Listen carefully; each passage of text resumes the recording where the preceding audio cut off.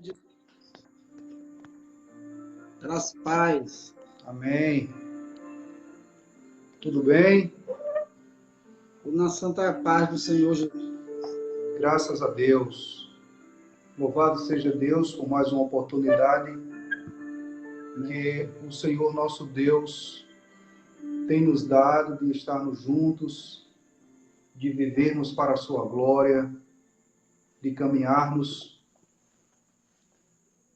na sua presença, diante de tantas dificuldades, de coisas ruins que tem acontecendo, mas Deus tem sido o nosso refúgio e a nossa fortaleza de geração a geração, não é isso?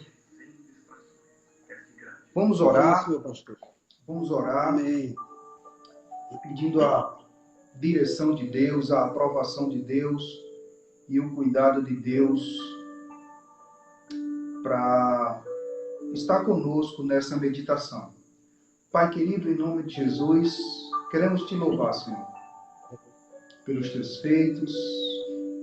Queremos te apresentar a vida do reverendo Eliezer, Senhor. Toma em tuas mãos a vida do teu filho, a minha vida também, da minha família. Pai, eu quero aproveitar essa oração e colocar em tuas mãos a vida de Morgana, que está nesse exato momento entrando na sala de cirurgia.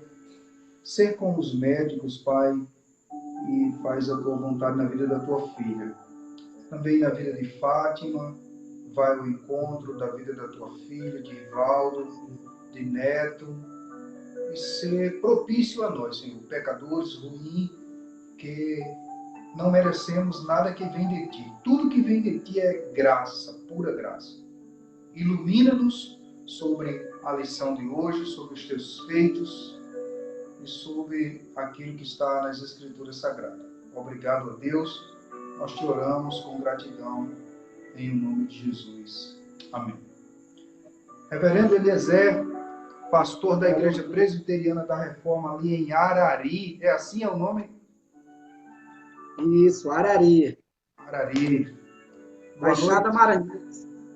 Reverendo, eu vi uma postagem sua e fiquei curioso. Lá dizia que você tinha já 2 livros escritos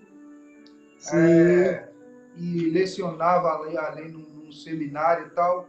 Faça a sua apresentação aí, conte para nós aí onde você estudou, qual seminário, conte desses livros um pouquinho aí, em 2 minutos aí, faça um resumo. Amém. Graça e paz. Os irmãos que estão conosco, eu me chamo pastor Eliezer Mendes. Hoje pastoreio em Arari, aqui no Maranhão, maranhense. 11 anos de ministério, 4 de seminário, aí já vai 15, né? Quase 16 anos. E eu estudei, né, no seminário presbiteriano de Anápolis, um seminário muito conhecido, no ano de 2004 a 2007. Então, nós passamos por 4 anos pelo seminário, onde aprendemos muito. E, como sempre gostamos do estudo, continuamos estudando, lecionando em alguns seminários. Aqui mesmo em Arari, eu também ministrei aulas em alguns seminários aqui, também até do curso de pedagogia, aqui da Faculdade SESEMA. E hoje, pela graça de Deus, também faço parte da ALAC, que é da Academia de Letras, Artes e Ciências de Arari. Então, estou ali, pela graça de Deus, já lançamos 2 livros. Um dos livros é a história, o hino de Arari, né? Análise teológica no hino de Arari, onde eu peguei o hino de Arari e fui analisando teologicamente. Porque o hino começa dizendo, Deus te salve, Deus proteja. Então, a salvação vem do Senhor. Então, nós fomos trabalhando ali cada frase, cada oração, olhando para a Bíblia e intercalando os versos, né, da poesia e aplicando o Evangelho, levando a palavra para as pessoas. Então, De resumo é isso. Nós estamos aqui em Arari, iniciando o trabalho da Igreja Presbiteriana da Reforma. Já temos um ano e estamos, pela graça de Deus, pregando o Evangelho, levando as doutrinas da graça, a palavra de Deus, as palavras do Senhor, e essas palavras são fiéis. Amém. Graças a Deus. Como é de costume, né?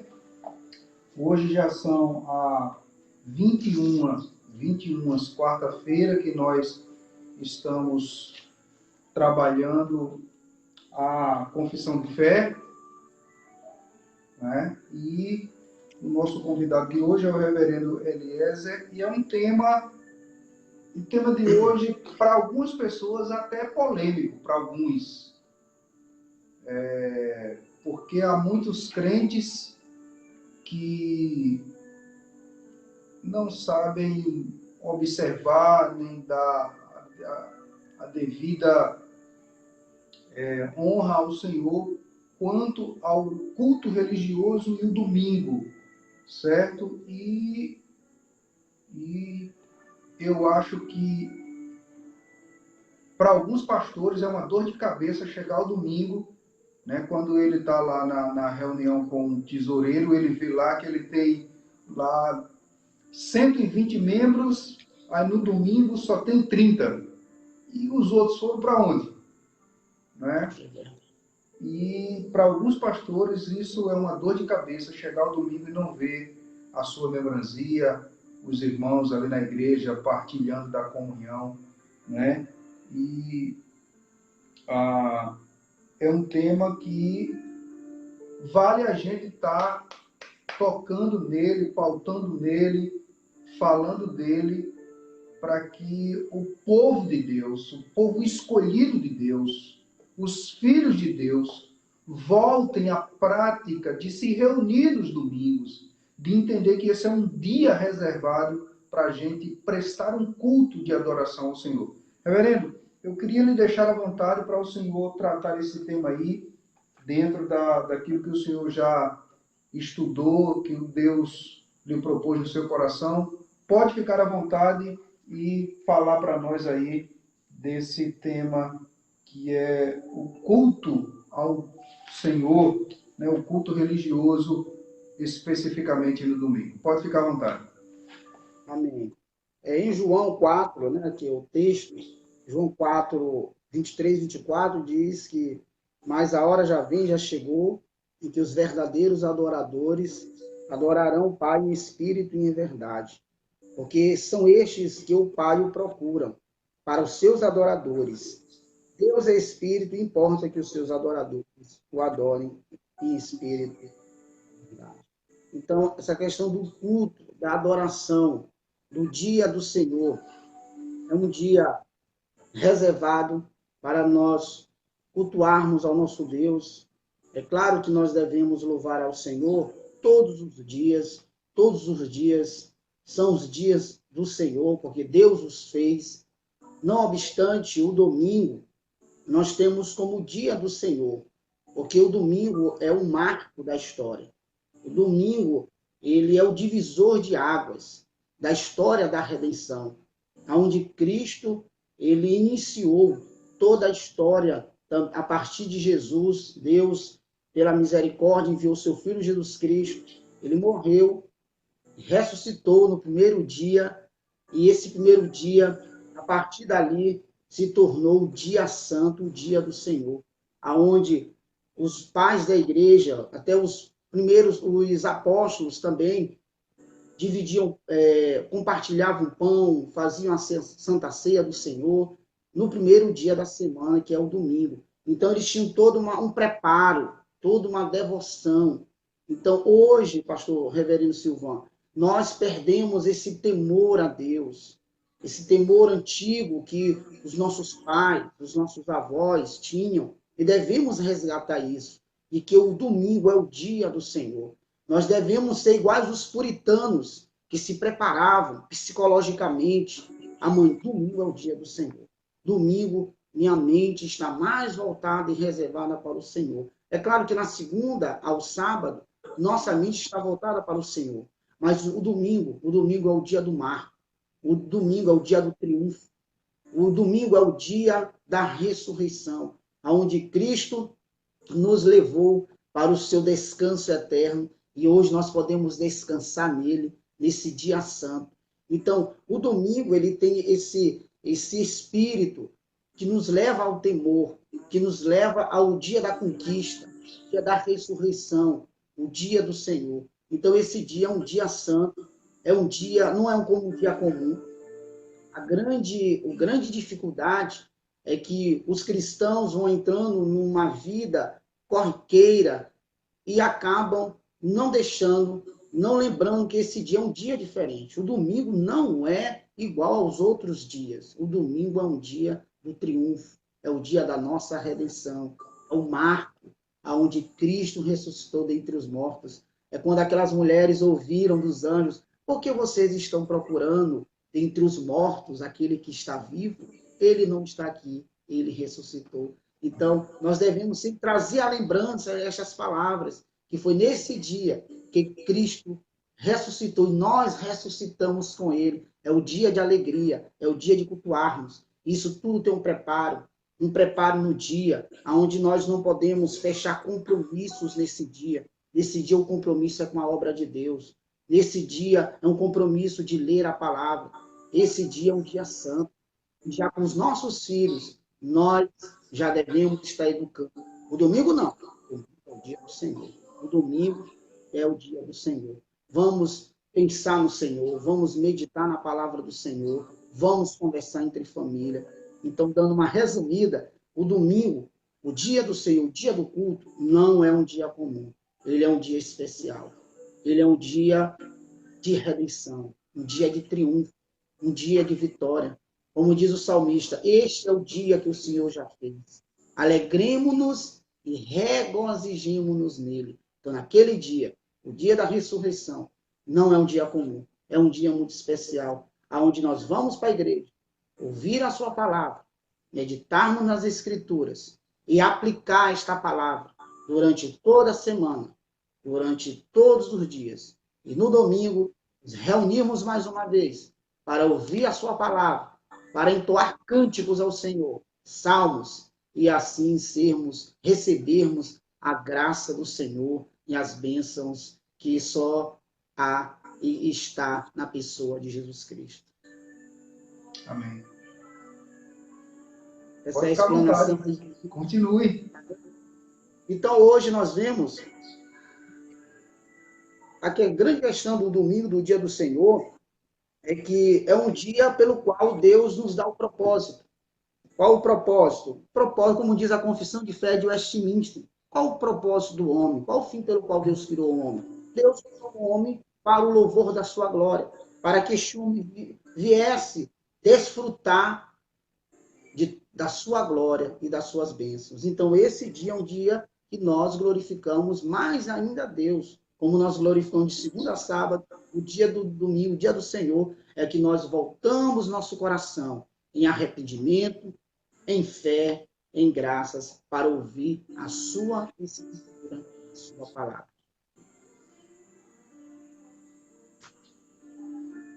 Pode continuar. Pode continuar? Pode. Aqui diz que esse culto foi o culto que Deus nos reservou. Algumas regras para este culto. Este culto não é feito de qualquer forma. Então, falando do culto, ele não é feito de qualquer forma, segundo o coração do homem, segundo as minhas inclinações, do que eu acho, segundo métodos humanos. Deus, ele já colocou em sua palavra a forma de como deve ser a adoração e o culto. Então, nas Escrituras, nós já temos todas as prescrições de como deve ser o culto. Um tem salmo, outro tem cântico, outro tem provérbios, outro tem oração. E nesse conjunto, nessa ordem, nós temos o santo culto do Senhor. Mas há um paralelo desse culto, que é ordenado por Deus, prescrito nas Escrituras, a hoje os novos estilos de culto, aonde não há um princípio regulador do culto, nós sim temos um princípio do culto e que priorizamos a oração, a leitura dos salmos, os cânticos e a explanação da palavra, a exposição da Bíblia Sagrada. E priorizamos principalmente a questão da pregação, da palavra de Deus. É o que os reformadores falaram, só a escritura, somente as escrituras.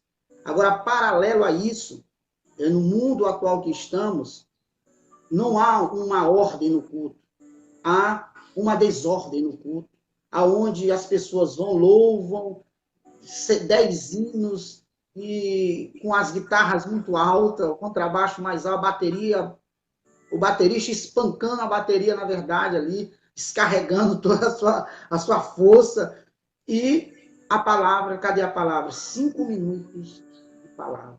Então, nós vemos o paralelo entre o que é um culto pré-escrito do Senhor, com ordem e decência, que prioriza a palavra, e um outro culto em que o louvor, os gritos, os barulhos humanos falam mais do que a palavra do Senhor. Apenas 5 minutos ou 10 minutos de pregação. Então, nós vivemos hoje um paralelo entre as igrejas que têm uma ordem no culto, uma ordem no culto, onde Cristo deve falar na sua maioria, e que o homem deve se dobrar, em que o homem deve entrar na casa do Senhor, se inclinar e ouvir, como dizem em Eclesiastes, que nós devemos nos prostrar e nos inclinar somente a ouvir do que dar sacrifícios. Amém. Amém, nome de Deus. É interessante que por onde a gente anda, por onde a gente vive, a minha cidade aqui é bem pequenininha, uma cidade com 6, 7 mil habitantes. Mas, infelizmente, também a gente vê isso. Pessoas ou pastores, né, que querem colocar elementos extras dentro do culto. Quando que a Bíblia já tem todos os elementos essenciais do culto, né? E o que me deixa triste, angustiado, não é com raiva, não. Triste e angustiado é que as pessoas vão para essas igrejas, vão. Aliás, essas igrejas, algumas delas lotam.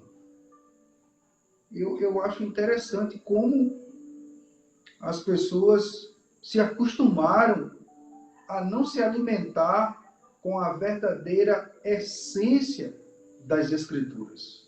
Não é? É muito, muito complicado ver nos dias de hoje ainda esse tipo de coisa.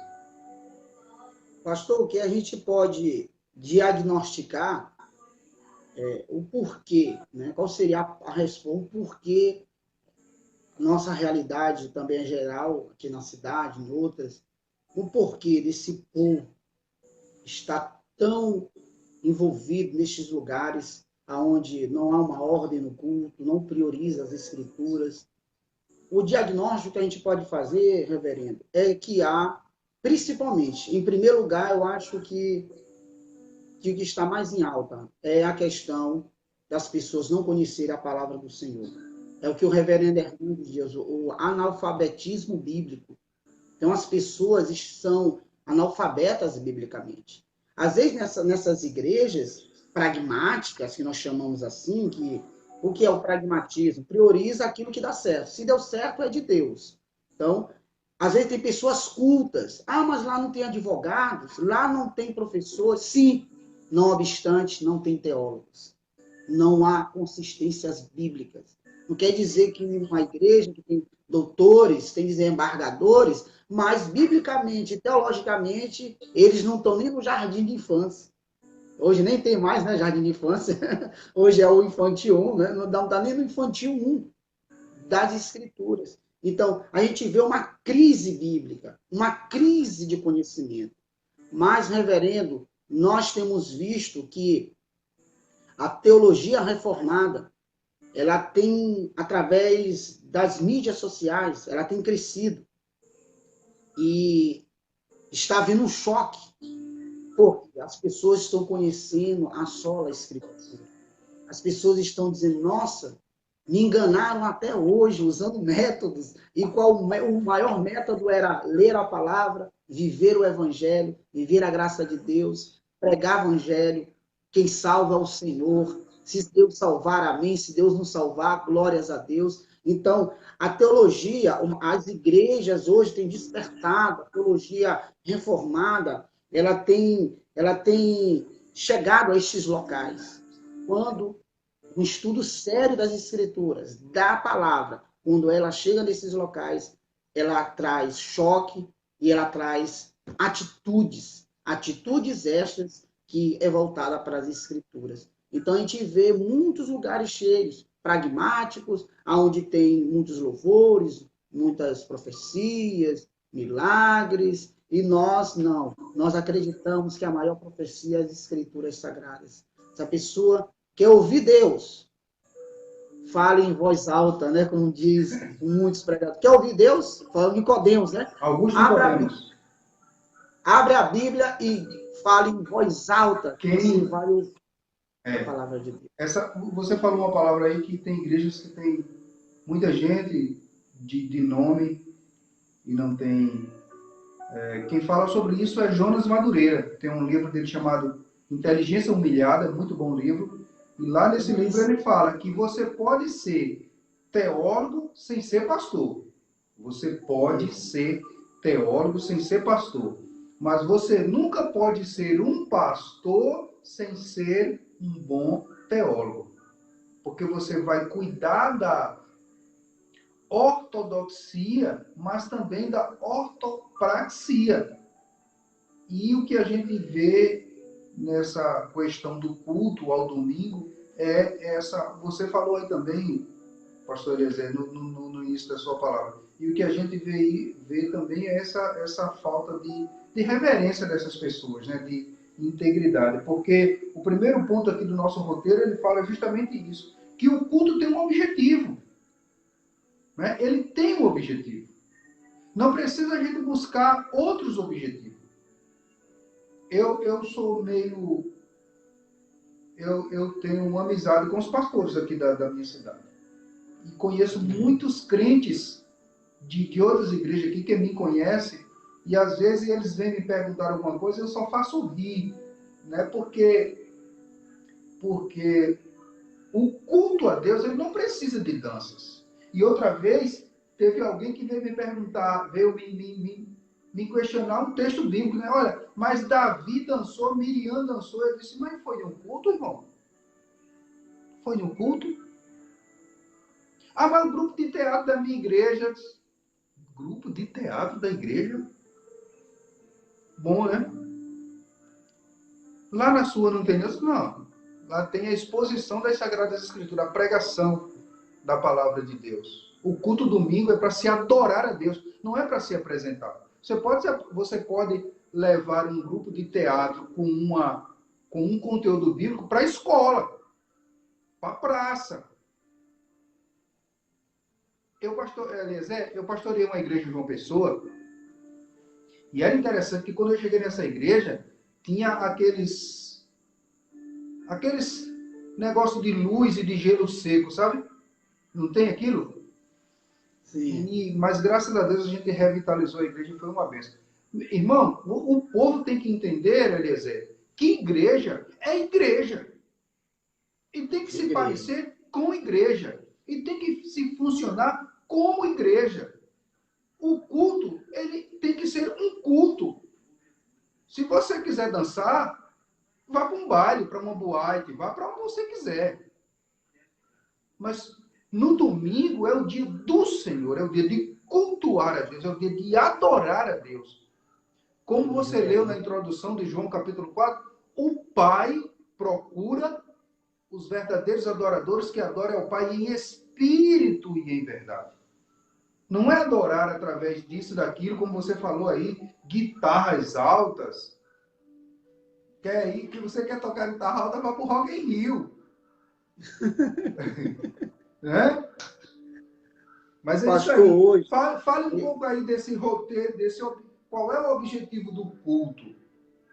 O objetivo, como você entrou aí, no culto a gente tem um objetivo, exaltar a glória de Deus, a glória do Senhor. Não é exaltar a glória humana. Então, o culto ele é prestado a Deus. Nós até conhecemos, né, o princípio regulador do culto, que é um artigo muito maravilhoso. O culto é para Deus, é para a glória de Deus. Então, quando a gente vai com esta mente, nesse espírito, que o culto que eu vou no domingo é para a glória de Deus, eu já vou me despindo de tudo aquilo que é humano, de tudo aquilo que é antropocêntrico, de tudo aquilo que traz merecimento, de toda a vaidade. Você vai, o culto é para Deus. O culto é para o Senhor. Então, o objetivo do culto é para Deus, Deus Pai, Filho e Espírito Santo. O único objetivo do culto, esse é o único objetivo do culto, é adorar a santidade de Deus, a Santíssima Trindade. E na pessoa do Senhor, que nos amou. E tem aqui os textos de Deuteronômio, né? Ouve Israel, o Senhor teu Deus é o único Deus. É para nós ouvirmos, é mais para nós ouvirmos do que para falarmos. Então o culto, ele traz, esse objetivo é para a glória de Deus e também para trazer contrição em nós. O culto não é para trazer autovalorização nossa, não, mas o culto é para nos colocarmos no nosso lugar de servos do Senhor, de pessoas que precisam da graça de Deus. Pode falar, meu pastor. Não, porque você falou uma palavra aí que é uma palavra tão comum para a gente, mas para pessoas de outras igrejas é uma palavra em grego, contrição. Contrição. Parece que esses pastores aí de algumas denominações, claro, não são todas, por favor, mas tem alguns pastores de algumas denominações, parece que eles não ensinam o básico, o essencial à sua igreja. Não tem a oração de contrição na hora do culto, de ter um coração, o salmista Davi dizia, tem que ter um coração contrito, quebrantado, devotado a Deus. E há quem chegue no culto no domingo de todo jeito, atrasado. Ó, você não chega atrasado no aeroporto, você não chega atrasado no seu trabalho, você não chega atrasado na sala de aula, você não chega atrasado no Enem, senão você fica de fora. Mas você percebe que a maioria dos crentes, rapaz, só querem chegar no culto atrasado. Tem a semana todinha para ter os seus afazeres e querem chegar no culto atrasado, não se preparam, não se dedicam, não se despojam como você falou, da sua antropologia, do seu eu, e se dedicar ao Senhor nesse dia tão especial, né?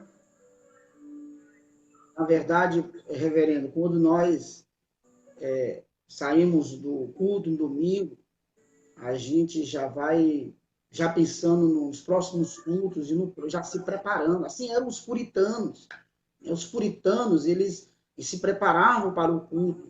Eu vejo assim, reverenda, na verdade, a ignorância mesmo. Não somente a ignorância das escrituras, mas a ignorância da história da igreja. Eu acho que uma das maiores ignorâncias hoje dos evangélicos do Brasil, dos evangélicos brasileiros, essa ignorância da história. Parece que não há história, parece que não existe 2000 anos atrás. O que se fez nisso? O povo não conhece a história da igreja.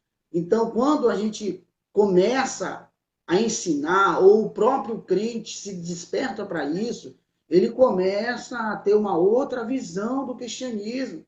Ele começa a ver a Bíblia com outros olhos do que ele olhava anteriormente. Então, hoje a gente vê que no culto, ele é para adorar a Deus. Mas hoje, as pessoas que hoje estão na igreja, elas querem o quê? Hoje a igreja virou um clube. Para que ir para a igreja? Para olhar o irmão, para dar paz do Senhor, para dar um abraço, para dar um cheiro no irmão, e hoje nem pode mais, né? Por causa do coronavírus. Mas ficou nisso, por quê? Porque essas igrejas, hoje a cultura, está trazendo essa cultura do ego, do egocentrismo, do antropocentrismo, e em que as pessoas não têm mais reverência. Então, nós devemos ter reverência. O culto é para Deus, é para exaltar a majestade de Deus. e diz assim, para adorar aquele que é soberano e rei. Quando eu digo assim, eu vou para o culto para adorar o soberano, o rei dos reis. Isso, quando eu declaro isso já traz para mim, assim, eu sou pequeno demais, eu vou adorar o rei dos reis, o soberano, o Senhor dos senhores. Quem sou eu, meu Deus, me recebe na tua casa. Senhor, quero te adorar, você já vai pedindo misericórdia. Mas hoje não. Hoje as pessoas vão para as igrejas, paralelo a isso, as pessoas vão e querem logo, e olham para o relógio, querem logo sair do culto. Por quê? Porque não há essa expectativa. Na verdade, os puritanos, eles faziam reverência, essa expectativa, porque essa expectativa para se encontrar no domingo com o Senhor, isso cria contrição, isso nos prepara espiritualmente.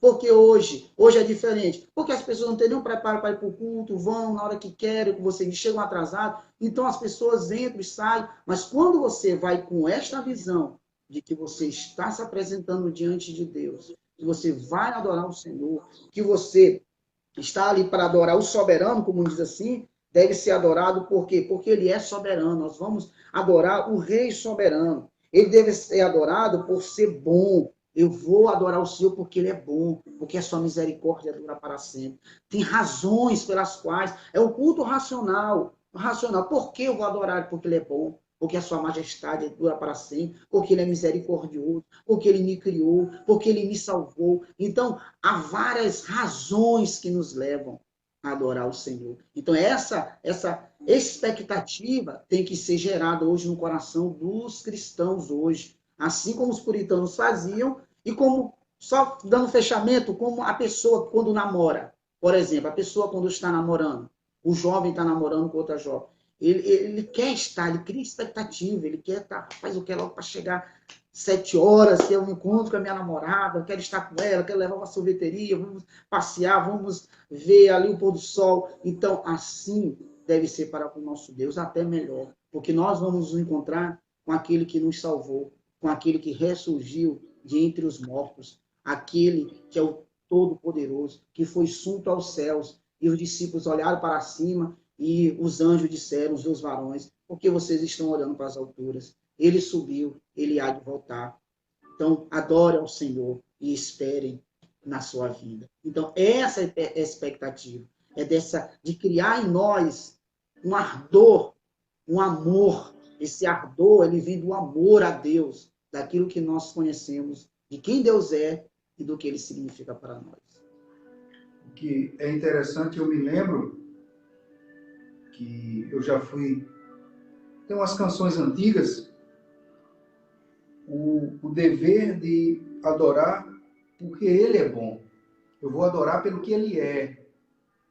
E eu me lembro que tem uma canção que dizia assim: você veio buscar a sua bênção, eu também vim buscar a minha bênção. Esse é o meu lugar, eu só saio daqui quando a bênção chegar. Ou seja, há uma cultura evangélica de que você vai para a igreja para você buscar a sua bênção, você não vai para adorar. Há uma cultura evangélica de que você só vai para a igreja quando você está precisando. Há uma cultura evangélica de que você só vai para a igreja quando você está na pior, quando você está mal, quando você está com alguém no hospital, aí faz aquele chamado de voto: olha, Senhor, se tu tirar meu filho do hospital, meu marido do hospital, tal, eu vou para a igreja, eu vou te adorar. Não se adora como Jó adorou, como Abraão adorou. Não se adora como... Você está falando muito aí dos puritanos, mas eu não sei se você já ouviu falar, reverendo. Não se adora como os moravianos. Já ouviu falar? Os moravianos que oravam. Onde Zizidorf, né? Isso. Que mudou a história da Inglaterra. Mudou a história dos ingleses, dos britânicos. E se a gente se voltasse para Deus conforme está escrito na Bíblia, a gente mudaria a história do mundo. Mas, infelizmente, as pessoas vão para a igreja ao domingo, não para prestar um culto a Deus, mas para ver se o culto foi bom, se foi ruim, qual foi a mensagem, se o pastor repetiu a mensagem. hoje eu não vou para essa igreja não, hoje, amanhã, domingo eu vou para aquela outra, e etc e tal. Tá mudado aí o... Pastor Silvão, você falando aí, me lembrei de uma frase que eu li do reverendo Caio Fábio. E essa frase, ela impactou minha vida. E sempre quando eu falo nas minhas pregações ou na rádio, se gera um pensamento muito grande, que ele diz assim, e essa frase, ela cai como uma luva no nossa conversa sobre o culto. Ele diz assim, que não existe culto ruim. Não existe isso. Não existe o culto bom ou ruim. Ele diz assim, quando há culto na vida, há vida no culto. Quando há culto na vida, há vida no culto. Quando eu estou bem com Deus, quando eu venho da minha casa, buscando o Senhor, eu já venho dobrado, a minha alma já vem se deleitando em Deus. E quando eu chego no culto, um glória a Deus, um simples pastor dizer assim, vamos abrir o livro de Salmo 100. Aquela pessoa vem com um coração tão deleitado em Deus que ela diz, só aquela palavra, eu sei qual é o Salmo, já alegrou o meu coração. Porque há culto na vida. Então, há vida no culto. Então, se nós cristãos olharmos e vermos para esta frase, ela é muito real. Quando há culto na vida, há vida no culto. Não existe culto ruim. E com relação a essa questão você falou da bênção, que as pessoas querem a bênção e querem só as bênçãos, as dádivas, e não quer o doador, não quer o sacrifício. As pessoas só querem as coisas fáceis. As pessoas as pessoas são muito imediatistas, querem logo as coisas rápidas, e não é assim. Com Deus não é assim. Deus é diferente. Ele nos ensina, esperei com paciência pelo Senhor. Lá o Salmo 40, ele dizendo, o salmista, esperei com paciência. Ele está dizendo, olha, está demorando, está doendo. Ele está falando ali, é doído, né? Esperei com paciência pelo Senhor. Ainda não chegou aquilo que eu tenho pedido, a minha petição, ainda não foi ouvida, mas eu espero com paciência. Reverendo, com relação ao culto aí, ele deve ser, né, aqui o ponto 4, 1.4, fala, ele deve ser adorado de todo o coração, de toda a alma e de todas as forças, dentro daquilo que nós estamos falando, no total, né? O homem vai diante do Senhor. Uma coisa que a gente vê hoje, reverendo, é a questão do culto, né? Nós temos dois paralelos, as ordenanças e as circunstâncias. Eu gostei muito disso dentro do princípio regulador do culto, porque nos parece que as pessoas deixaram as ordenanças prescritas que o Deus estão colocando os olhos nas circunstâncias. Então, o que seria a circunstância? A estrutura da reunião, as lâmpadas. Né? Hoje as pessoas querem... Hoje é jogo de luz, né, nas igrejas. Hoje tem dance gospel, né? E jogo de luz, e Blake, e aquela coisa toda. Fumaça. Como? Fumaça, gelo seco. Fumaça, jogo de luz, aquela coisa. Eu vi até boate gospel, meu Deus, onde nós estamos. Nós precisamos de uma reforma dentro da igreja brasileira. Agora, deixa eu complicar mais a sua vida. Deixa eu complicar mais a sua vida. Já que você veio de uma igreja, como é que se diz? Renovada, né? Renovada. Esse segundo ponto aí, o mediador do culto, o que você tem a dizer nos dias de hoje que muita gente tem outro tipo de mediador? Quer dizer, na visão reformada, eu acho que é isso, né? Que tem gente que vai para a igreja porque fulano de tal vai. Quem vai estar lá pregando é fulano de tal. E eu vou ouvir uma palavra da parte de fulano de tal. Não tem assim, né? Não existe esses, né? Quando que aqui a confissão de fé, ela diz para nós, e é para a gente crer nela, segundo as escrituras, que só há um mediador. Só há um mediador. Hoje há outros mediadores, reverendo, chamados métodos das igrejas. Hoje o método do G12 é um tipo de mediador. Os métodos hoje das igrejas, o óleo ungido, o sal ungido, a vassoura ungida. Então, isso aí são outros mediadores. Então, a igreja, ela voltou. A igreja que a igreja voltou às práticas do século XVI. Então, ela regrediu, né? Regrediu aí 500 anos atrás. E agora está pegando aquelas práticas da igreja romana no século XVI, vendendo vassoura, sal grosso, flor, as 7 fitas, né? Tem a campanha, as campanhas. Por exemplo, campanhas. Né? A campanha não tem campanha melhor do que ler e obedecer o evangelho. Viver para a glória de Deus. Não há melhor coisa no mundo que você viver para a glória de Deus. É o que diz, né? Esse primeira pergunta do Catecismo de Westminster, ele é o primeiro de todos, que se todos não estiverem nele, qual o propósito? Qual é o propósito pelo qual Deus nos criou? Ora, Deus nos criou para o louvor da sua glória, para nós desfrutarmos dele, da criação que ele fez. Então, hoje as pessoas querem outros mediadores, mas o único mediador nesse culto é Cristo, e ele deve ser adorado, e ele deve ser proclamado através dos salmos, através dos hinos, através de todas as outras coisas. Hoje até uma dificuldade os hinos para a gente, porque hoje os hinos, eles vão exaltar mais o homem. Às vezes a gente canta um hino que a gente nem sabe, depois que a gente vai ver. Por exemplo, eu estava cantando um hino aqui na igreja, aquele que diz assim, coroamos a ti, ó Rei. Eu digo, não, tem alguma coisa errada. Quem somos nós para coroarmos o Senhor? Não é? Não. Aí eu vi uma outra versão. Exaltamos a ti, ó Rei. Aí depois eu vou cantar essa música. Como Deus trouxe na consciência, eu não vou cantar mais assim. Eu não posso coroar a Deus. Então, é colocar Cristo como mediador em tudo, nos louvores, nos cânticos. Então, isso é algo que eu tenho tomado muito cuidado nessa parte. Mas nem todos estão com esse cuidado. Às vezes vão deixando, aí o antropocentrismo vai entrando o homem, vai entrando a exaltação ao homem. Então, os reformadores, eles priorizaram a glória de Deus no culto. O culto é para a glória de Deus. E o homem, cadê o homem? Não, o homem no processo só vai glorificar a ele, só vai exaltá-lo, porque recebeu tão grande salvação, tão grande presente. Efésios 2, 8. Pela graça sois salvos, mediante a fé. E isso não vem de vós, é dom de Deus. Recebemos tão grande presente.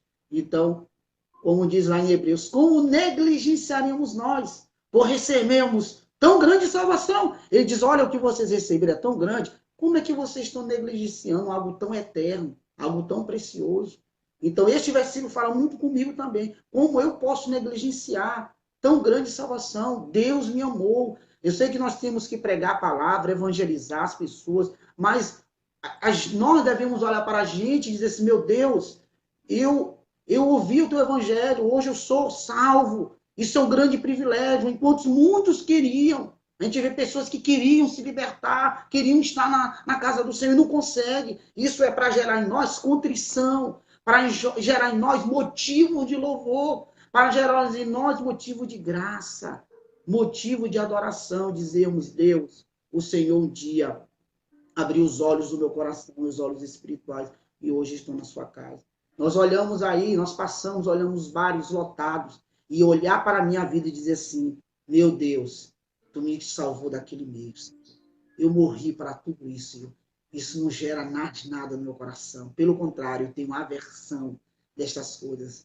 É como diz, isso gera aversão do pecado. E hoje eu sou grato ao Senhor. Então é isso que deve gerar em nós, o nosso culto, o culto ao Senhor. Então, o culto é para a glória de Deus e para gerar contrição em nós.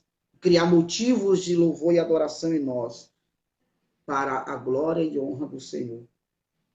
Então, o mediador é só Cristo, não tem outro mediador. Mas hoje, em vários cultos, tem os mediadores. Hoje, nos cultos evangélicos, são essas práticas. É o óleo ungido, é a vassoura, é as campanhas, é isso. Menos Bíblia. Né? Menos Bíblia. Bíblia não tem. Hoje, eu ouvi um vídeo, você conhece com certeza do Hernandes Dias Lopes, que ele disse que ele dá o diagnóstico de uma igreja quando ela não gosta de Bíblia. Você já viu esse vídeo? Ele diz que ele lê, aí quando os irmãos fecham a Bíblia e cruzam o braço assim, diz que essa igreja não é alimentada pelas Escrituras. Porque uma verdadeira igreja alimentada pelas Escrituras. Ela abre e ela acompanha cada versículo, cada frase, ouvindo o Santo Evangelho de Deus. Então, hoje, nós podemos diagnosticar quais são as igrejas bereanas, as igrejas da palavra. Hoje está muito fácil se diagnosticar. Se entrar no culto, você já sabe. Quando não há temor, quando não há adoração a Deus. Hoje, nós vemos hoje também nos cultos, em outros cultos, a exaltação ao homem, né? A prioridade ao homem e não a Deus. Mas nós devemos priorizar aquele que é o mediador. Ele, Jesus, o autor e o consumador da nossa fé, aquele que nos amou primeiro, como diz o João. Esse outro ponto aqui é aquela questão da contrição. Eu sou o primeiro ofertante, né? Eu sou uma oferta. Antes de eu ofertar um dinheiro ou alguma coisa, a primeira oferta sou eu, né? O que é que o reverendo fala sobre isso aí? Qual o ponto? Ponto 4. O 3. Ao 3, ofertante do culto. De forma Isso. racional, o homem é o único ser que cultua. Para esse fim foi criado. É isso. Esse culto, ele é um culto que é preparado. Ele é um culto racional. Quando diz assim, olha, devemos cultuar racional. O que é o culto racional? Você vai meditar. Por que eu vou para o culto? Por que eu vou lá? Qual é a razão que me leva? Primeira razão, que nós somos salvos. Nós somos eleitos de Deus, geração santa, um povo de propriedade exclusiva de Deus. Aí você já, nosso Deus, já achou a primeira razão. Eu sou um eleito de Deus. Então é um culto racional. Você vai olhar para as Escrituras. Há muitas razões, porque Ele é bom, porque a sua misericórdia dura para sempre. Eu estava esses dias pregando na rádio aqui do Salmo 92, várias razões que levavam o salmista a glorificar a Deus. Porque ele era o Criador, porque ele tinha o livrado das mãos dos seus inimigos, porque ele é um Deus bondoso. Então, aqui nós somos esta oferta racional. Não é uma oferta alienada. Não, é uma oferta racional. Em que você vai louvar a Deus racionalmente, olhando para, sendo crítico também, mas nessa questão de criticar aquilo que não está de acordo com a sua doutrina. É essa que é a nossa crítica. A nossa crítica não é para criticar a sã doutrina. A nossa crítica é para criticar aquilo que não é da sã doutrina, aquilo que não condiz com as Escrituras, aquilo que está desassociado com a palavra de Deus. Então, esta deve ser a crítica, a nossa crítica, de nós louvarmos a Deus, em que tudo que é humano, nós não podemos aceitarmos tudo que é divino, tudo que é da palavra de Deus. Então, este é o fim. Deus nos criou para o louvor da sua glória. Então, nós somos esta oferta viva, que tem sacrifícios também. E nós devemos, na questão da nossa responsabilidade, somos eleitos para um propósito. Qual o propósito? Para adorarmos a Deus. Qual o propósito? Para termos santidade com Deus. Porque não criou Deus, não nos criou para a imundície, mas sim para a santificação. Então, nós adoramos neste culto racional com um propósito. Somos eleitos para um propósito: adorar a Deus com culto racional, com um culto espontâneo. Então, este culto espontâneo, ele é gerado pelo grande amor de Deus.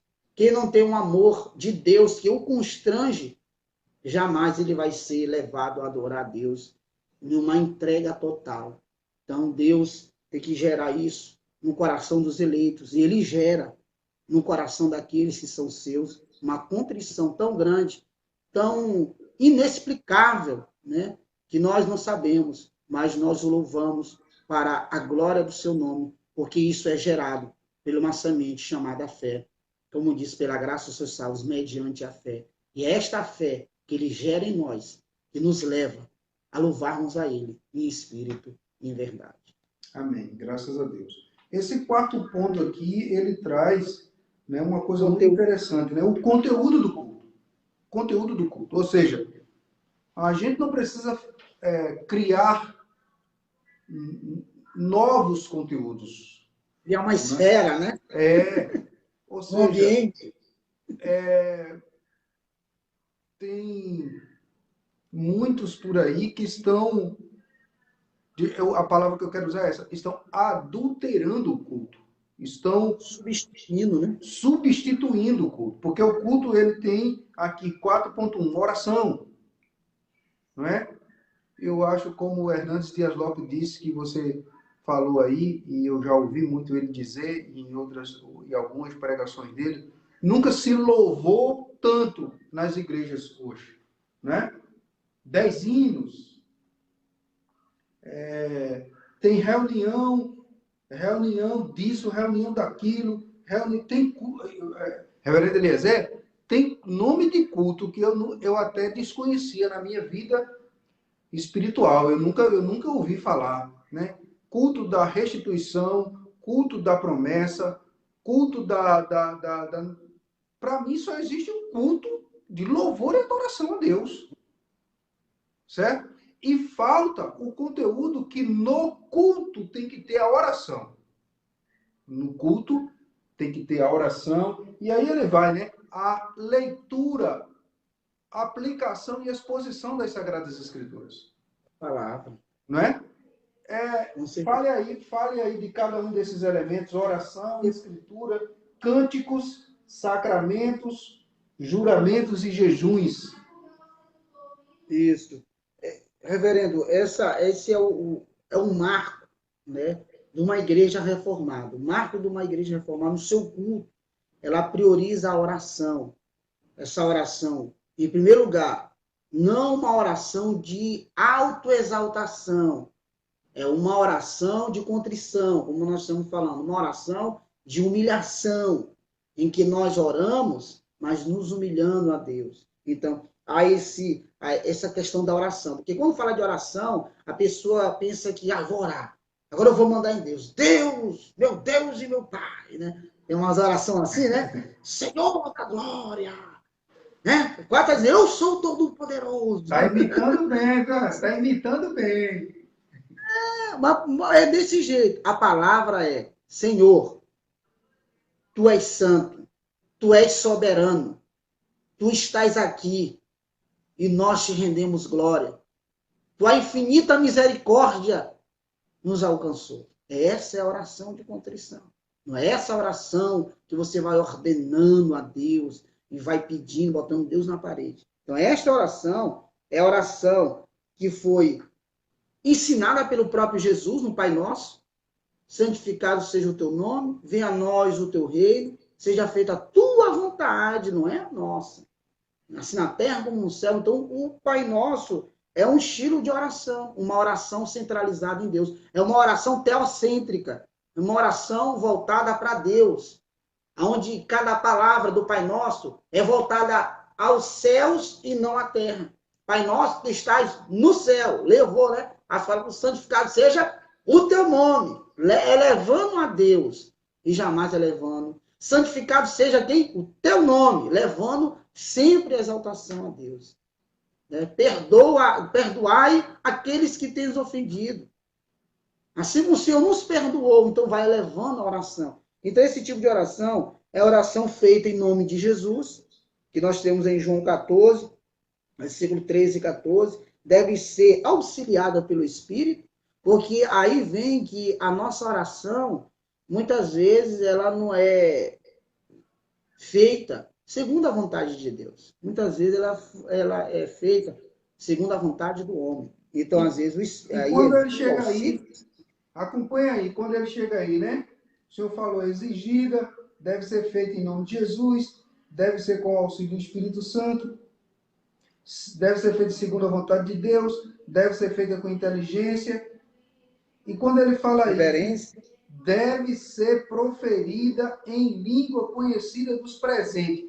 Por que a confissão de fé está falando isso? Existe outro tipo de oração fora essa, reverendo? Claro que não. Língua é língua aqui, ó, português. Não existe outra língua. É a língua aqui dos que estão presentes. E Paulo vai falar isso muito em Coríntios, né, que nós devemos falar a língua que as pessoas vão entender. Não uma língua superior. Ou mas há quem língua... faça outras, não é? Há quem... Eu sei, faço, né? mas não edifica, né? A Bíblia diz que não edifica aos presentes.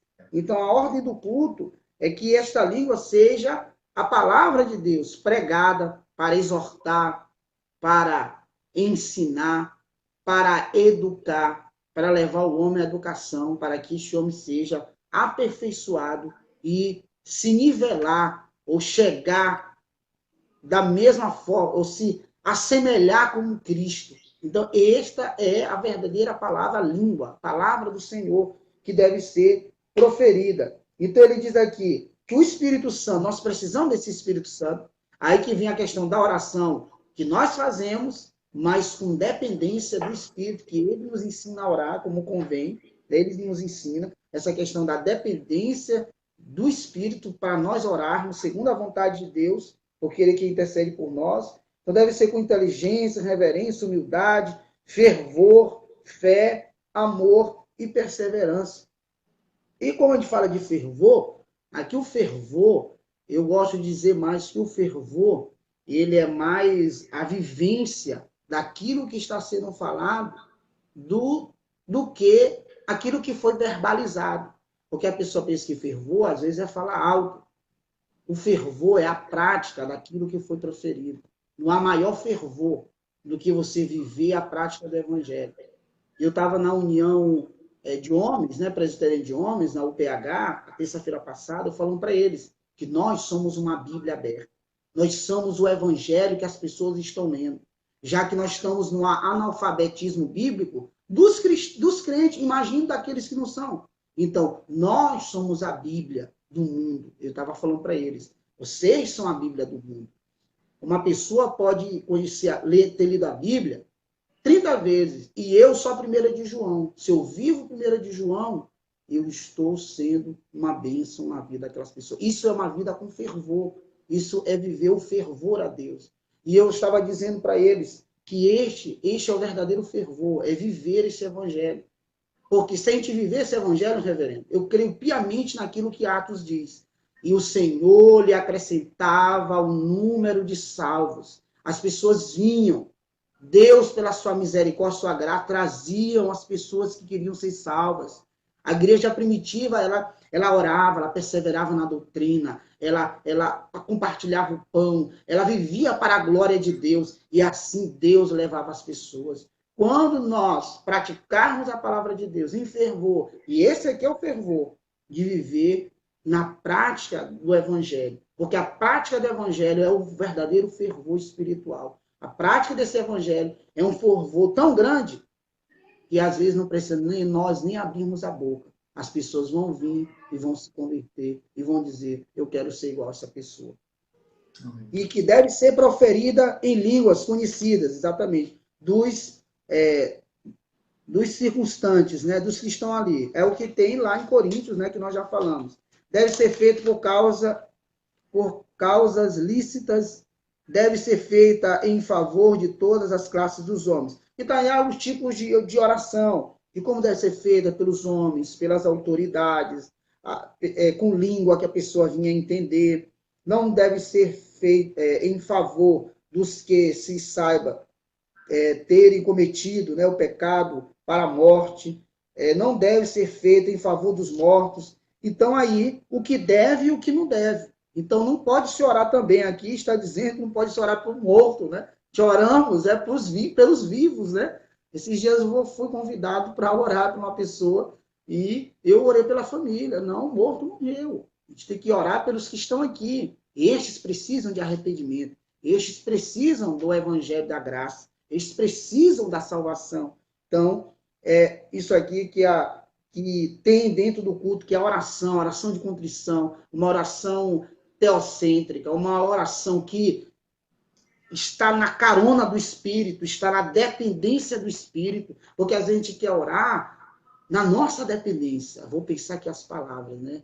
Aí, não, é orar na dependência do Espírito. É isso que a confissão te está dizendo. É você orar racionalmente, mas na dependência do Espírito. E aí o fechamento que não deve ser feito em favor dos que se saiba terem cometido pecados para a morte. E o segundo aquele elemento é a Escritura. Então, Culto sem oração e escritura não é culto. Tirou a escritura, não tem culto. Mas o que nós vemos? Não tem escritura. A escritura só é uma parte insignificante, uma parte que não tem muito interesse. Né? E ali o reverendo vai dizer, Hernandes Dias Lopes, é porque as pregações são fracas, os púlpitos são fracos.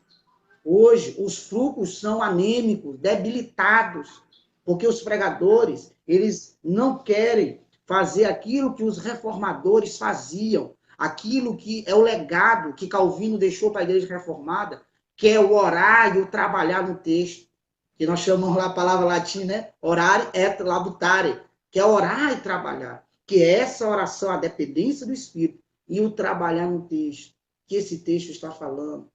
Eu me lembro muito de Spurgeon, que Spurgeon ele meditava na Escritura, ele orava, pedia, ele estudava profundamente, mas ele disse, Senhor, eu quero que esse texto, a tua iluminação, eu estou trabalhando, mas eu preciso da tua iluminação. Então, Spurgeon, ele é também uma referência, um exemplo para nós de labutar na Escritura. Para nós, pregadores, priorizar as Escrituras. Quando nós não priorizamos as Escrituras, é porque os púlpitos estão fracos, é porque os púlpitos não amam a palavra de Deus, os púlpitos não priorizam a palavra de Deus. Então, hoje, falando das Escrituras, as pessoas priorizam mais temas, são mensagens psicologizadas, vamos dizer assim, de autoajuda, né? Que nós não precisamos do autoajuda, mas ajuda do alto, como diz Hernandes. Então, são pregações psicologizadas, não querem pregar o evangelho. Você chega ali, a pessoa vai para ouvir o evangelho, vai ouvir psicologia, aí está o psicólogo lá, precisando de uma palavra de Deus, isso eu já sei. Eu não quero saber disso aí não, de regressão, quero saber da palavra. Então, as próprias pessoas que estão nessa plateia já estão vendo como precisamos de uma reforma na igreja, de uma volta às escrituras, um mergulho na sola escritura, para que os pastores venham se esmerar, trabalhar, suar e dizer, Deus, eu preciso da escritura, eu preciso entender, eu preciso da tua iluminação, eu preciso já pensar no domingo à noite, já no próximo sermão, eu tenho que trabalhar esse sermão. Eu tenho que sentar, eu tenho que, como diz, namorar com o texto, na verdade, né? E tem que estar ali alinhado com o que eu vou falar, eu vou ter que ler comentários, vou ter que ouvir alguma mensagem, eu vou ter que fazer alguma coisa, vou ter que fazer uma exegese, uma análise, um contexto, etc. Então, é um labutar. Por isso que Calvin diz, horário é labutar, é trabalho. Então, esses pregadores que não priorizam o reverendo, é porque eles não querem trabalhar. Eles não querem. Você falou aí de Charles Spurgeon, eu queria acrescentar outro. Jonathan Edwards. Jonathan Edwards, ele passava cerca de 6, 7 horas até 13 horas trabalhando o sermão para pregar no domingo à noite na igreja do seu avô, que depois passou a ser a igreja em que ele foi pastorar. Mas ele trabalhava o texto, ele tinha um cuidado minucioso com a palavra de Deus. A Escritura Sagrada, uma vez eu preguei e eu citei o seguinte, que a Escritura Sagrada é como uma picanha que está dentro do congelador. A Bíblia fechada, ela continua sendo a Bíblia. A picanha no congelador, ela continua sendo a picanha. Mas ao tirar do congelador, você não consegue comê-la, porque ela está dura, ela está pedrada, ela continua com a sua qualidade de picanha, mas tem que tratar ela, descongelar, tem que saber o corte. Não é todo mundo que sabe assar a picanha, que sabe cortar a picanha, que sabe o ponto da picanha. Então, do mesmo jeito é a palavra de Deus, ela tem que ser aberta, orar antes de ler, pegar o texto, esmiuçar o texto, para... Não é, digamos, a gente usa muito o termo preparar a mensagem. Não, a mensagem já está pronta, mas é elaborar a mensagem que já está pronta e pedir a iluminação. Porque nós não temos capacidade humana de sermos inspirados, porque ela já foi inspirada. Né? Então, para encontrar o que o autor quis dizer, esse trabalhar, tentar saber, porque o texto ele tem uma ideia central. Todo texto tem uma ideia central. Então, ele precisa saber qual é a ideia. Então, priorizar, reverendo, as escrituras, aí como ele diz aqui, deve ser lida com temor, é aquilo que nós falamos, deve ser interpretada e explicada com cuidado, aquilo que nós estamos dizendo, ela deve ser trabalhada, ela deve ser ali buscar o conhecimento, deve ser obedecida com inteligência, fé e reverência. Então, as escrituras é algo muito sério. O pregador da palavra, ele não, uma responsabilidade muito grande. É um fogo que pode nos queimar. Né? Quem nos dera que todo pregador sabesse com que ele está lidando. É com o santo evangelho da graça, é com o livro da vida, com a palavra santa. Às vezes a gente pega a palavra com o temor, meu Deus, como acontece com nossos pregadores, da palavra do Senhor, diz, meu Deus, será que eu preguei a tua... Será que, meu Deus, a gente fica assim, será que essa foi a pregação mais... Esse tema meu foi aquilo que chegou, a gente quer sempre... Deus, eu quero estar mais alinhado com a tua palavra, com a interpretação do que o autor diz. Por quê? Porque nós queremos fazer o melhor para Deus. Então, pregadores sempre tem que ter isso. Eu tenho que me esmerar, eu tenho que trabalhar a palavra de Deus com temor, com reverência. A palavra é do Senhor. E Ele, com certeza, na hora que nós estamos labutando, Ele nos traz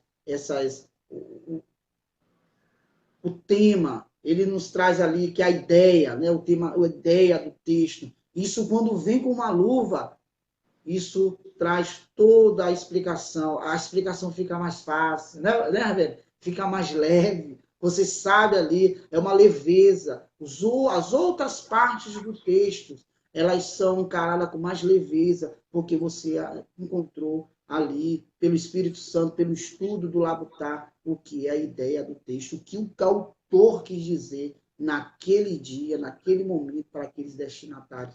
Então, isso é muito extraordinário e com muito temor é que Deus nos dá isso. Aí temos aí outro elemento, vamos dizer assim, né? O conteúdo, a oração, a escritura, os cânticos, né? Que aqui na época da igreja eram salmos, os salmos eram os cânticos desta época, né? Hoje nós temos os inários muito diferentes uns dos outros.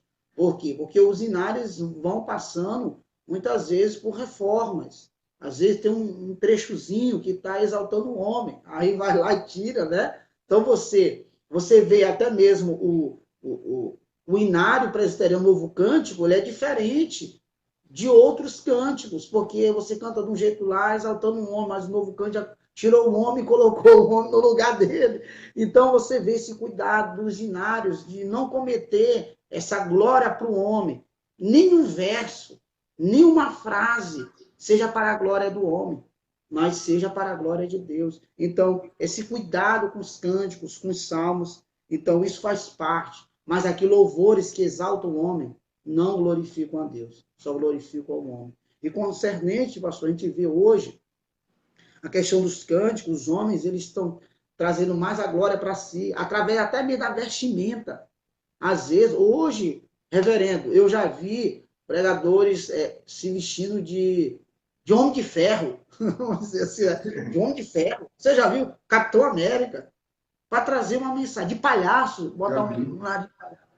Então, nós estamos numa decadência, o púlpito, o verdadeiro avivamento está ali no púlpito. Se o púlpito não for reformado, não adianta.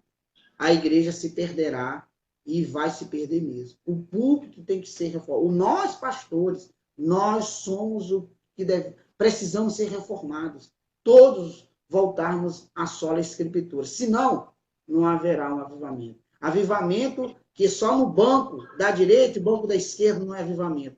O verdadeiro avivamento, ele está naquele banco que está perto do púlpito. Ali sim, dali é que vem o verdadeiro avivamento, para que depois isso venha a se alastrar para os demais bancos, vamos dizer assim, né, das igrejas. Certo, temos os sacramentos, batismo e a ceia do Senhor, que foram ordenanças, né, chamam sacramentos, ordenanças. Então, nós presbiterianos falamos mais sacramentos, mas os batistas chamam ordenanças, né? É aquilo, e são ordens mesmo, são ordenanças sacras, santas, que o Senhor deixou a nós. devem ser devidamente administrados. Então, a ceia, ela nos convida também a um momento de contrição, de arrependimento, de louvor, de estarmos à mesa do Senhor, de estarmos em coração arrependido, de não tomarmos a ceia do Senhor com o coração indigno. Então, lá em Coríntios nos fala sobre isso, nós não podemos tomar a ceia indignamente. Então, a ceia do Senhor é algo santo. Isso foi tão santo na vida de Calvino, que havia um grupo lá em Genebra, você sabe, os libertinos, que eles queriam viver a vida ao bel prazer, eles não obedeciam ninguém, os libertinos, eles queriam fazer uma reforma na espada, eles queriam era matar na Batista, para cima e para baixo. Aí eles foram tomar ceia lá na igreja de Genebra, aí Calvino, aqui não, aqui vocês não vão tomar ceia. E nos diz que Calvino se vai até a frio dos elementos e diz, vocês vão misturar, vocês podem me matar agora, mas essa ceia vai estar misturada com o meu sangue e o sangue do meu Senhor.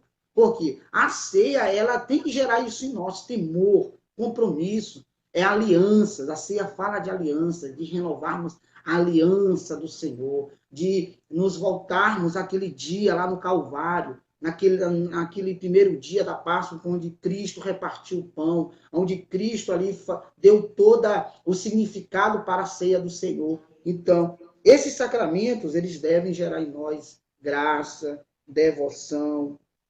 Aqui diz, deve ser, né, administrados, deve ser dignamente recebidos.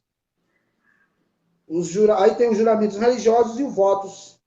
Os jejuns, né, solenes em ação de graças, em ocasião especial. Interessante que o jejum hoje é para medir espiritualidade. Hoje o jejum virou um tipo de uma luta, né?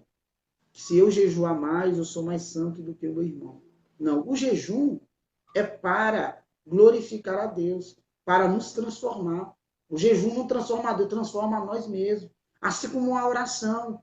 A oração, quando nós oramos, isso é um bem individual. Isso é um bem para nós. Assim é o jejum. O jejum é para gerar contrição. É para nós estarmos mais apegados ao céu do que à terra.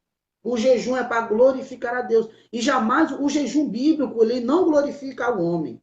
O jejum dos fariseus, sim, eles glorificam o homem. E hoje, muitos jejuns aí, muitas igrejas, são jejuns dos fariseus, onde eles querem medir níveis de espiritualidade. E não é isso. O propósito do jejum não é medir os níveis de espiritualidade. O jejum bíblico, ele é um jejum horizontal, ou seja, ele nos faz ver os horizontes da graça de Deus, nos amplia mais para ver a visão de Deus. E jamais é para medirmos verticalmente, para nivelarmos o nível de espiritualidade. O jejum, ele para ampliar a nossa visão que nós temos de Deus, essa total dependência do Senhor. Amém, pastor? Já falei demais, né? Não, mas quando o negócio tá bom, a gente vai embora mesmo. É isso mesmo. É isso mesmo, é isso mesmo. Que Deus nos abençoe, que possamos, mesmo vendo a decadência dos ensinamentos nas igrejas, a gente não desistir de estarmos ensinando. Por isso que eu fui tocado por Deus para trazer à tona, né, um documento antigo, né? Se for da vontade de Deus, eu quero trabalhar outros documentos antigos, como os canos de Dort, a Confissão Belga, porque parece que a igreja se esqueceu disso, sabe? Parece que a igreja brasileira, ela está pegada mais com o louvor gospel, com essas coisas que não edifica, né? Tem um cantor aí mesmo, né, que ele teve, você falando da música aí, ele na música dele ele diz: eu escolho Deus. A gente não escolhe, irmãos. O próprio Calvino disse: eu estava perdido e ele me achou, ele me encontrou. A gente precisa resgatar a citação do credo apostólico, a gente precisa resgatar a oração do Pai Nosso. Tem muitos filhos que não comungam mais da alegria da mesa com os pais. E esses documentos eles vão fazer a gente voltar à ideia do culto doméstico, a ideia de nos relacionarmos com os mais velhos. Eu vinha hoje da fazenda com a minha filha e eu passei por um casal de senhor, de um casalzinho aí dos seus 70, 80 anos, caminhando, né? E ela fez uma pergunta a mim que fez me lembrar essa essência, né? Ela disse: ô papai, eu não estou lembrado desses meus avós. Sabe qual é a ideia que eu tenho aqui, Eliezer? É que, antigamente, todo mundo que era mais velho do que a gente tinha como vô uma situação de respeito. Hoje, a gente chega na igreja, as crianças só faltam dar nos presbíteros. Verdade. Né? Porque lhe falta esses ensinamentos, sabe? As igrejas esqueceram, algumas igrejas esqueceram da classe de catecúmenos, de pegar a criança, ensinar a ela, Deuteronômio capítulo 4, ensinar a ela o princípio da vida, ensinar a ela quem é Deus. Você quer ver uma coisa, Eliezer? A minha menininha, ela tem 6 anos, os meus filhos foram criados assim, todos eles, eu fazia mesmo, pegava no pé mesmo para aprender o breve catecismo. Tem crente hoje que tem 10 anos de crente, você pergunta quem é Deus? Ele diz: Deus é tudo. Não é assim a resposta. Quem criou você? Não sabe a resposta bíblica. Há crente com 10 anos que não sabe o mínimo possível. Quantos livros tem a Bíblia? Sabe? E Verdade. esses documentos, ele nos resgata, ele faz a gente entender e respeitar as Escrituras. Respeitar os pais da igreja. Respeitar os reformadores. Para que tudo isso, com a gente crescendo, venhamos a engrandecer o nome do Senhor nosso Deus. Reverendo, muito obrigado. Que Deus lhe abençoe. A sua igreja aí em Arari, que Deus continue abençoando e fazendo crescer, continue firme nesse propósito, nesse caminho de pregar esse evangelho, ainda que na nossa igreja, como na minha, só tem 17 crentes. Tá certo? Só tem 17. Mas vou pregar a palavra de Deus, constrangendo esses 17 irmãos e fazendo eles sair de cada culto dizendo: meu Deus, eu errei de novo. Sim, você precisa se arrepender, se converter, você precisa entender que você depende de Deus e não sair de lá achando que o culto foi bom para você. Você tem que entender que o culto tem que ser bom para Deus, não é? Quem quer ir para algo desse tipo, vai para outro lugar, não para um culto. Culto é lugar de adorar a Deus. Você tem que pregar a palavra de Deus, fazer a pessoa entender e ler ali a Bíblia. Ficar com a Bíblia aberta ali. Continue nessa sua jornada pregando o Evangelho aí. Parabéns aí pelo local novo, né? Onde vai caber mais pessoas. Parabéns pela iniciativa aí da UPH, né? Que Deus continue abençoando aí esse grupo de irmãos. Cadê a missionária Madai? Diga a ela que ela cuide aí com a SAF, né? Vai Isso. cuidando aí para... Amém. E depois a UCP, né? A União Presbiteriana de Crianças também. E assim Deus vai nos abençoando. Muito obrigado, reverendo, que Deus abençoe. Foi um papo muito legal, muito gratificante.